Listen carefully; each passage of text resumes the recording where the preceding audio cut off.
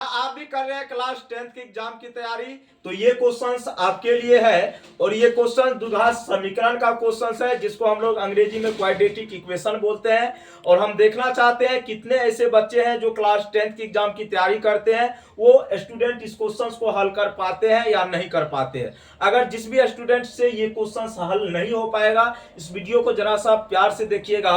और यकीन दिलाते हैं आज के बाद इस टाइप के क्वेश्चंस में आपको हम कहीं प्रॉब्लम नहीं होने देंगे, क्योंकि इसका सॉल्यूशन ही हम उस तरीके से बताएंगे जो आप पहले कभी पढ़े ही नहीं होंगे। तो जरा सा देखना इस क्वेश्चन को मेरे मित्र। इसमें कहा गया यदि समीकरण इतना के मूलों का योगफल एवं गुणनफल समान हो तो के का मान क्या होगा। आराम से देखो, यहाँ पे जो द्विघात समीकरण दिया गया है के x square plus 6x plus कितना दिया गया है 4k बराबर में 0। अब इसमें कहा गया इसके योगफल, मूलों का योगफल और गुणनफल आपस में क्या है, समान है। हम सभी जानते हैं द्विघात समीकरण का जो व्यापक रूप होता है a x square plus b x plus c बराबर 0।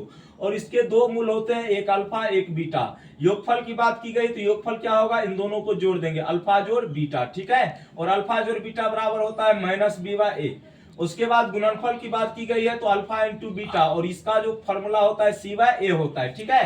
क्वेश्चन में कहा गया है ये जो समीकरण आपको दिख रहा है प्यारा सा, इसके मूलों का योगफल मतलब अल्फा जोड़ बीटा और मूलों का गुणनफल मतलब अल्फा इंटू बीटा आपस में क्या है, बराबर है। तो आपको के का मान बताना है। तो मेरे में सबसे पहले अगर इस टाइप का कोई क्वेश्चन आए तो वहां से ए बी और सी का मान निकाल लो। तो ए का हम यहां से मान निकालना चाहते हैं प्यारे स्टूडेंट, तो जरा सा बताना ए का मान क्या होगा, जो एक्स स्क्वायर का गुणक तो के हो जाएगा। बी का मान क्या होगा, जो एक्स का गुणक 6 हो जाएगा। और सी का मान जो कांस्टेंट टर्म, ठीक है, तो सी का मान कितना हो जाएगा 4k। कोई दिक्कत बोलो हाँ या ना। अब यहां से क्वेश्चंस में चूंकि कहा गया है कि मूलों का योगफल और गुणनफल आपस में क्या है, समान है, मतलब अल्फा जोड़ बीटा बराबर क्या है, अल्फा इंटू बीटा। अल्फा जोड़ बीटा बराबर होता है माइनस बी बाय ए और अल्फा इंटू बीटा बराबर होता है सी बाय ए। आप कहेंगे सर बिल्कुल कोई दिक्कत नहीं है, ठीक है, माइनस बी बाय ए और सी बाय ए। तो बी का मान कितना है बउआ 6, तो माइनस 6। ए का मान कितना है तो के। सी का मान कितना है बउआ 4k।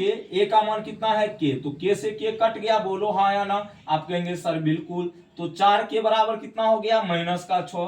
के का मान निकालेंगे तो माइनस 6/4, काटेंगे तो माइनस 3 कितना आएगा बउआ 2।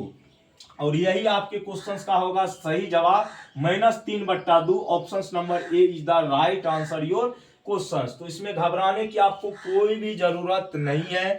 थोड़ा सा अगर आप नॉलेज लगाएंगे तो इस क्वेश्चंस को सही तरीके से हल कर पाएंगे, नहीं लगाएंगे तो खेलने के लिए आपके पास भरपूर समय है, ठीक ना। उसके लिए आपको कोई टेंशन नहीं है, आराम से डंटा उंटा लीजिए, खेत में बुखाइए, उसके बाद ये क्वेश्चंस को मत बनाइए, क्योंकि आपको एग्जाम तो पास करना नहीं है। अगर करना है ना तो सही तरीके से इस क्वेश्चंस को हल करके जाना है, ठीक है, नहीं तो आगे चल के दिक्कत ये होगी तो हमको नहीं कहिएगा। फिर से समझिए, ये कोई आपका क्वाड्रेटिक इक्वेशन इसमें दिया गया था, तो सबसे पहले हम लोग ए बी और सी का मान निकालेंगे। आप कहेंगे सर बिल्कुल।